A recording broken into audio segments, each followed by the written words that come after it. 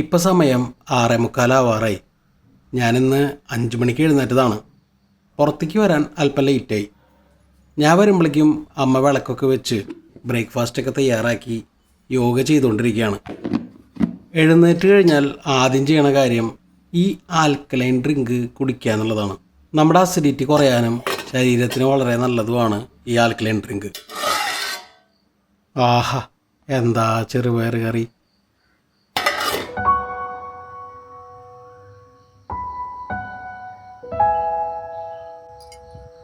ചെറിയ കാറ്റും തണുപ്പൊക്കെ ഉണ്ട്. ഞാനും ദീപവും മുറ്റുചൂർ പാലത്തിൻ്റെ അവിടെ പോയിട്ട് ഒരു മോർണിംഗ് വാക്ക് നടത്താമെന്ന് വിചാരിച്ചു.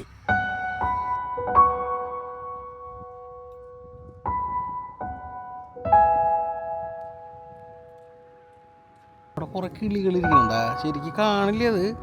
ആ കറുത്തത് കണ്ടാണോ? അവിടെ നിന്ന് കല്ലാടുത്ത് ആഞ്ഞെറിഞ്ഞ കറി പറന്നോണ്ട് നോക്ക്, അവിടെ പറന്നോണ്ട്. നീ നേരത്തെ എന്താ പറഞ്ഞ? വെള്ളം കാണുമ്പോ ആർക്ക്? നിനക്കാ? നീന്തറിയാത്ത നീ ചാടിക്കഴിഞ്ഞ് കഴിഞ്ഞാൽ ആര് രക്ഷിക്കുന്നു വിചാരിച്ചിട്ടാ? എനിക്ക് നീന്തറിയാന്ന് വെച്ചാൽ എനിക്ക് കുളത്തില് നീന്താൻ പറ്റുള്ളൂ, ഈ പുഴയില് നീന്താൻ. ആഹാ, എത്ര മനോഹരമായ പ്രഭാതം! സത്യം പറഞ്ഞാലേ ഞങ്ങളിങ്ങോട്ട് നടക്കാറിങ്ങിയതാ. അപ്പോഴാണ് മനസ്സിന് ചില ചാഞ്ചാട്ടങ്ങളൊക്കെ ഉണ്ടായത്. മുറ്റിച്ചൂർ പാലത്തിൻ്റെ അവിടെ നിന്ന് കല്ലാറ്റുപുഴ ശിവക്ഷേത്രത്തിലേക്ക് പോണ വഴിയിലാണ് നല്ല മസാല ദോശയുടെ മണം കിട്ടിയത്. ഇതിപ്പോൾ ആദ്യമായിട്ടൊന്നല്ല ഈ മണം ഞങ്ങളിങ്ങനെ പിടിച്ചു വലിക്കണേ. ഇതിന് മുമ്പ് നടക്കാൻ വരുമ്പോഴും ഇത് കേൾക്കാറുണ്ട്. അന്ന് പക്ഷേ ഇന്നത്തേക്കാളും മനഃശക്തി ഉണ്ടായിരുന്നു എന്ന് മാത്രം. ഇനിയിപ്പോൾ ഒന്നും നോക്കാനില്ല, 2 ദോശ അടിച്ചിട്ട് തന്നെ ബാക്കി കാര്യം. അകത്ത് കയറിയപ്പോൾ ഒരു ചേട്ടനിരുന്ന് പത്രം വായിക്കുന്നുണ്ട്. പിന്നെ ഞങ്ങൾ മാത്രമല്ല, നേരത്തെ വിശക്കുന്ന ആൾക്കാർ വേറെയും ഈ ഭൂമിയിലുണ്ടെന്ന് മനസ്സിലായില്ലേ? രാവിലെ നടക്കാൻ വന്ന ആൾക്കാരാണ്. സാരില്ല, നാളെ മുതൽ നടക്കാം.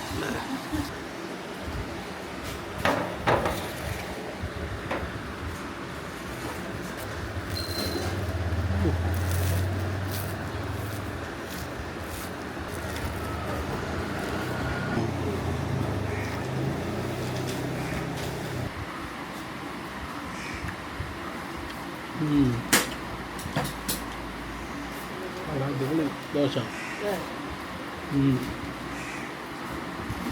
ചമ്മന്തി,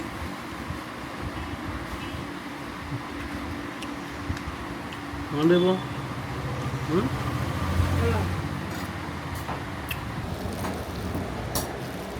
നല്ല എരിവുണ്ട് കേട്ടോ ചമ്മന്തിയില്ലേ.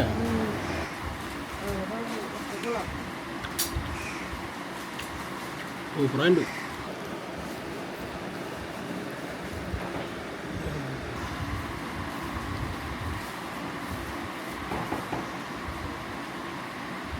സാമ്പാർ കൂടി കൂട്ടി വെക്കാൻ ബാക്കിയുണ്ട്.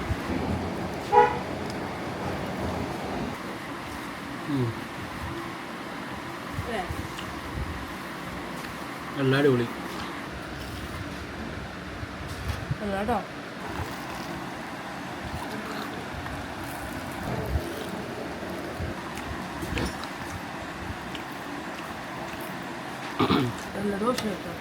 അമ്മയ്ക്ക് ഇഷ്ടവും അല്ലേ?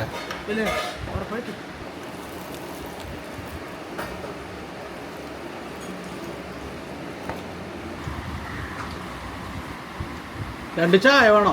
പിന്നെ ഇത്തിരി ചോന്ന ചമ്മന്തി കിട്ടോ? ഇവിടെ ഒഴിച്ചു ചമ്മന്തി. ഓക്കെ, പൂരി സമയം എടുക്കും അല്ലേ? ഈ മസാലയുടെ ഒപ്പം കുറച്ച് ചമ്മന്തിയും കൂടി കൂട്ടി പിടിക്കാൻ എന്താ? ചോന്ന ചമ്മന്തി ഉഷാറായിട്ടുണ്ട്, നല്ല എരിവ്.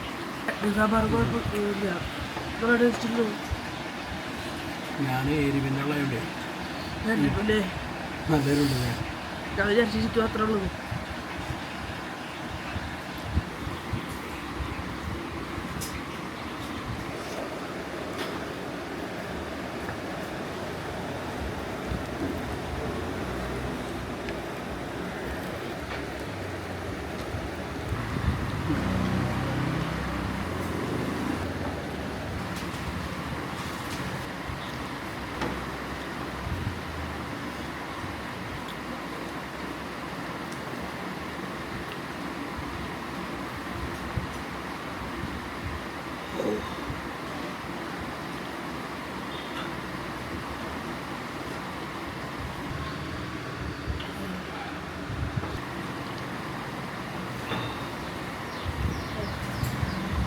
അടിപൊളി.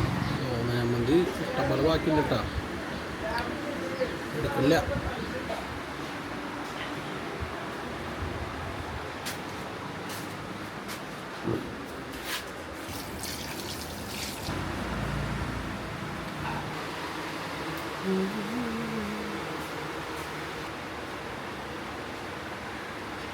ചേട്ടാ അതെ ഒരു 3 ഇഡ്ഡലിയും ഒരു വടയും പാഴ്സൽ വേണം.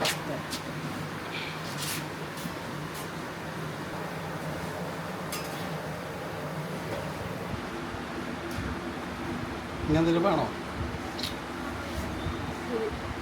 ഹാപ്പി ഇല്ലേ? ഇനിയിപ്പോൾ നാളെയൊക്കെ അല്ലേ മോർണിംഗ് വാക്ക്?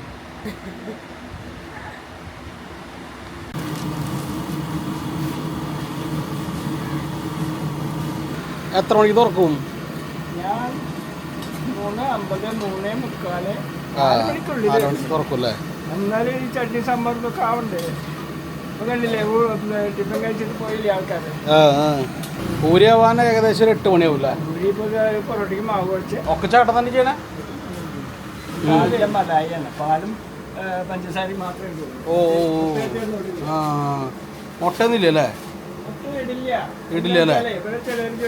വെജിറ്റേറിയൻസ് അങ്ങനത്തെ ആൾക്കാരല്ലേ? ഉച്ചയ്ക്ക് ഊണുണ്ടോ? ഊണുണ്ടല്ലേ? ഊണ് എത്രയാ? 60. ദോശ എത്രയാ? മസാല ദോശ എത്രയാ? 60. വട എത്രയാ? ഓക്കെ.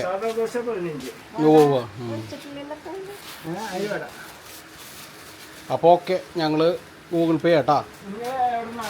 ഞങ്ങൾ ഇവിടെ കൈതിക്കലുള്ളതാ. ആ മസാല ദോശ ഒരു 6 മണിയാകുമ്പോൾ കിട്ടുമല്ലേ? ബിരിയാണി എത്ര ചാർജ് ചെയ്യണേ? ബിരിയാണി 120 അല്ലേ? ചിക്കൻ മാത്രമുള്ളോ? ബീഫും ഉണ്ടാവില്ല? ഓക്കെ. സത്യം പറയാലോ, ഈ ഒരു കൊച്ചു ചായക്കട കയറി മസാല ദോശയും വടയും ചായയൊക്കെ കഴിച്ചപ്പോൾ മനസ്സങ്ങോട്ട് നിറഞ്ഞു. വടയും ദോശയും ഒക്കെ നല്ല ക്രിസ്പി ആയിട്ട് അടിപൊളിയായിരുന്നു. ഞായറാഴ്ച ദിവസം ഇവിടെ ബിരിയാണി അവൈലബിൾ ആണെന്നാണ് പറയണേ. ഒരു ദിവസം ഇവിടെ വന്ന് ബിരിയാണിയും കൂടി കഴിച്ച് നോക്കണമെന്നുണ്ട്. കുഴപ്പമില്ല, ഒരു ദിവസം തോറ്റു എന്ന് വിചാരിച്ചിട്ട് എല്ലാ ദിവസവും തോറ്റു എന്ന് പറയാൻ പറ്റുമോ? ഇല്ല, നാളെ നമുക്ക് പിടിക്കാം. എന്തേ? അതല്ലേ വേണ്ടത്. നമ്മൾ ആദ്യം എഴുന്നേറ്റിട്ടൊരു ശീലമാവാനുണ്ടല്ലോ, അത് കഴിഞ്ഞിട്ട് വേണം നമ്മൾ മറ്റ് പരിപാടികളിൽ കിടക്കാൻ. കുറച്ചാൾ ഗ്യാപ്പായല്ലോ. കുറച്ചാൾ ഗ്യാപ്പായപ്പോൾ പിന്നെ സ്വാഭാവികമായിട്ടും പെട്ടെന്ന് ട്രാക്കിലേക്ക് വരില്ല. നമ്മൾ ബലമായിട്ട് ചെയ്ത് കഴിഞ്ഞാണ്ടല്ലോ, അതോടുകൂടി എല്ലാം തവിട്ട് പൊടിയാവും. നമ്മുടെ എല്ലാ ദിവസവും നമ്മളിപ്പോൾ മസാല ദോശയും ഇതും കഴിക്കാൻ പോകുന്നില്ലല്ലോ. എന്തായാലും നമുക്ക് വീട്ടിൽ പോയിട്ട് ബാക്കി പരിപാടി നോക്കാം.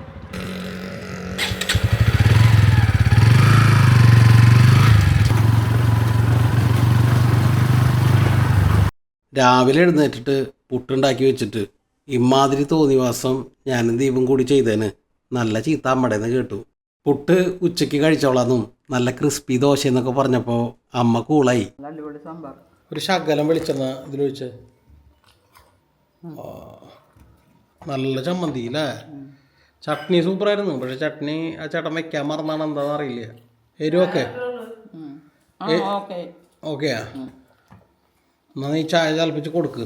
ഓക്കെ, നമ്മുടെ പുട്ടൊക്കെ ഉച്ചയ്ക്ക് അടിക്കാം. നിനക്ക് ചായക്കട പോലെ ചായ ആറ്റാനല്ലേ നന്നായി അറിയാം നിനക്ക് അല്ലേ? അങ്ങനെ അമ്മേനെ സോപ്പിട്ട് ഒരുവിധം തടി ഊരിയെടുത്തു എന്ന് പറയാം. അതിനുശേഷം ഞാൻ മുടിയൊക്കെ വെട്ടി എൻ്റെ അപ്പിയറൻസ് ഒക്കെ മാറിയിട്ടുണ്ട്. ഇത് 2 ദിവസം മുമ്പ് ഷൂട്ട് ചെയ്ത വീഡിയോ ആണ് നിങ്ങളിപ്പോൾ കണ്ടത്.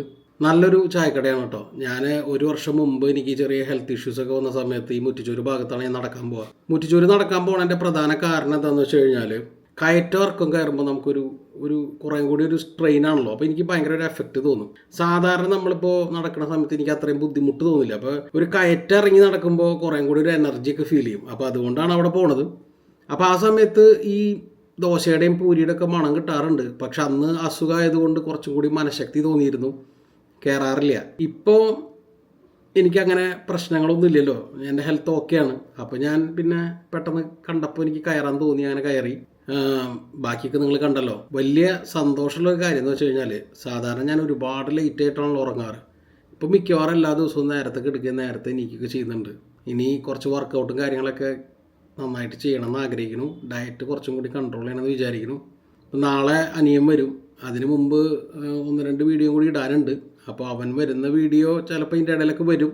ഞാൻ ജസ്റ്റ് പറഞ്ഞതെന്ന് മാത്രം. പിന്നെ ഭാരതിൻ്റെ വീഡിയോ 4 ദിവസം കൊണ്ട് 1 ലക്ഷം കടന്നു. നമ്മുടെ ചാനലിൽ ഇതുവരെ ഇത്രയും ഫാസ്റ്റായിട്ട് ഇത്രയും വ്യൂ കിട്ടിയിട്ടുള്ള മറ്റൊരു വീഡിയോ ഇല്ല.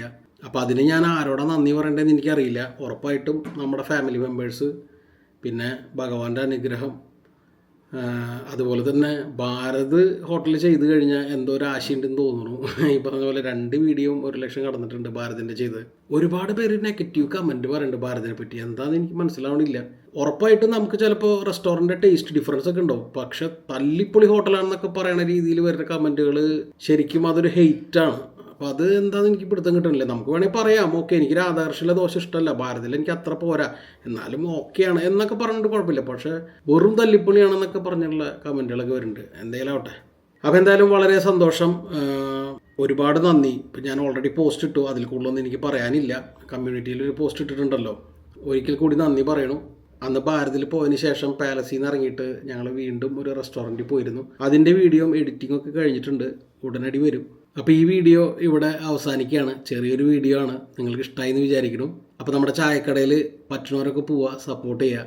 അടുത്തൊരു വീഡിയോ ആയിട്ട് ഉടനെ കാണാം. അതുവരയ്ക്കും ബൈ. അന്നൊരു നാളിൽ നിന്നനുരാഗം പൂ പോലെ എന്നെ തഴുകി. ആ കുളിരിൽ ഞാൻ ഒരു രാക്കിളിയായി അറിയാതെ സ്വപ്നങ്ങൾ കണ്ടു. മിഴികൾ പൂവനമായി, അധരം തേൻകണമായി, ശലഭങ്ങളായി നമ്മൾ പാടി മന്മഥഗാനം. പൊന്നോലത്തുമ്പിൽ പൂവാലിത്തുമ്പി, ആട് ആട് നീയാടാട്. നക്ഷത്രപ്പൂവേ നവരാത്രിപ്പൂവേ, അഴകിൻ പൂഞ്ചോലാടാട്. നീയില്ലെങ്കിൽ ഇന്നിൻ ജന്മം വേനൽ കനവായി പോയേനെ. നീയില്ലെങ്കിൽ സ്വപ്നം പോലും മിന്നൽ കതിരുകളായി പോയേനെ.